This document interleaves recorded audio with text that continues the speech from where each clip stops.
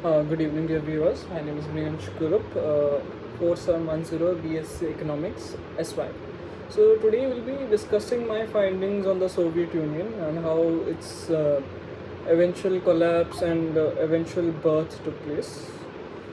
The events of the Soviet Union follow as it was formed on 1917 during the October Revolution. One of the key reasons for the October Revolution was the massacres that happened before it, and the subsequent failures of Tsar Nicholas in World War One, and his lackluster behavior during the entire duration of his reign.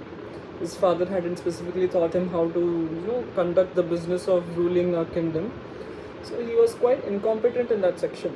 Now, following the revolts, after Lenin instated himself as the leader of the Communist Party of Russia and began the movement of Commissars, the civil war occurred. The civil war was between the Bolsheviks and the Mensheviks.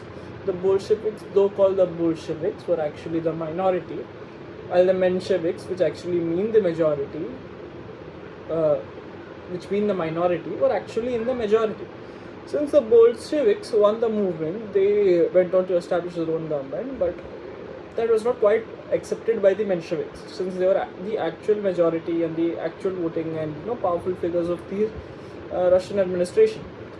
Since they were not so happy with it, the Soviet Union was split into two parts: the White and the Red Army. The Red Army belonged to the Communist part of Russia, and the Whites belonged to everybody else. So an entire civil war between 1917 and 1922 was fought, with the eventual stabilization and death of Lenin subsequently. In 1922, USSR was formally established, and eventually it was to be headed by Joseph Stalin. And Joseph Stalin is quite a famous figure in history for his very brutal tactics and the plethora of the man was quite brutal, so a lot of his stories are quite famous and still alive. He is the perfect picture of what you should not be as a leader, a tyrant. Now, the formation of USSR took place in 1922. As we all know, by the 1932-36 period, the World War II was in full swing. So, the fighting was ongoing, and a huge amount of resources need to be pulled away to support the war front.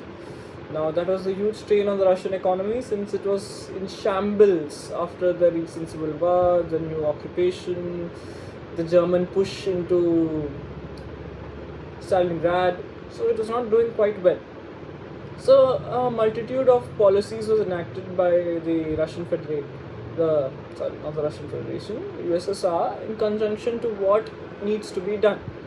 Now, those reforms are popularly referred to as the 5-year plans, and there were 12 of them, ranging from focusing on agriculture, expansion of agriculture, privatization to an extent, though the Russian government believed that all companies need to be national, all production facilities need to be national, but that was not quite it wasn't a good strategy to go along with. So they had to eventually scrap it and allow small private entities to exist, at least, so that market functions could be maintained. Now, from the period of 1985 to 1989, after the 5-year plans, was what we call the Gorbachev reforms. He brought about perestroika and glasnost, cultural openness and transparency in the government formations and administrations, that allowed the people of Russia to openly, which they could not do for a long time, to openly voice their opinions against the government. The eventual voicing of opinion, the eventual exposing of corruption, and the subsequent economic failures of the Soviet government eventually led to its dissolution in 1995.